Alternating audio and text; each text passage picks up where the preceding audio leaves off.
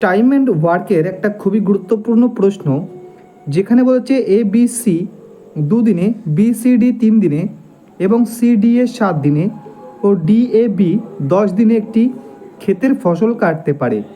তাহলে ABCD একসাথে কত সময়ে এটি করতে পারবে? তাহলে যেই ডেটাগুলো দিয়েছে সেগুলো আমরা লিখে নিই। সবার প্রথমে কি বলছে? ABC। তাহলে A, B এবং C মিলে কদিনে করে? না 2 দিনে। B, C এবং D মিলে কত দিনে করে? না 3 দিনে। এরপরে বলছে C, D, A কত দিনে করে? না 7 দিনে।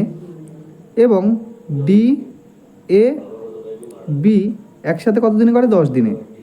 তাহলে এইগুলোর লসও কত হয়? 3 দুগুণে 6, 6 সাথে 42, 42 10-এ 420। তো লসও কত? 420। তাহলে ABC যদি দুটো করে দুদিনে করে, তাহলে 420টা কাজ করতে গেলে তাদের দিনে কটি করে করতে হবে? দিনে 210টি করে করলে তবে দুদিনে 420টি কাজ হবে।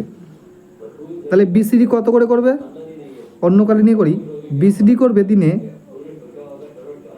140টি। CDA করবে কত দিনে? 60টি। এবং DAB করবে কত দিনে? 42টি।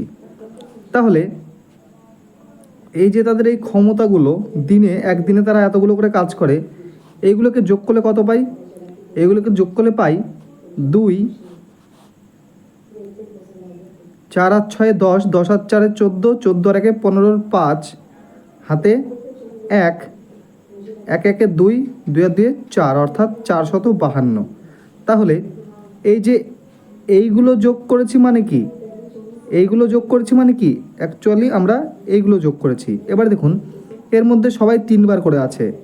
A একবার, দুবার, 3 বার, B একবার, দুবার, 3 বার, C একবার, দুবার, 3 বার, D একবার, দুবার, 3 বার। সবাই 3 বার করে আছে মানে কি?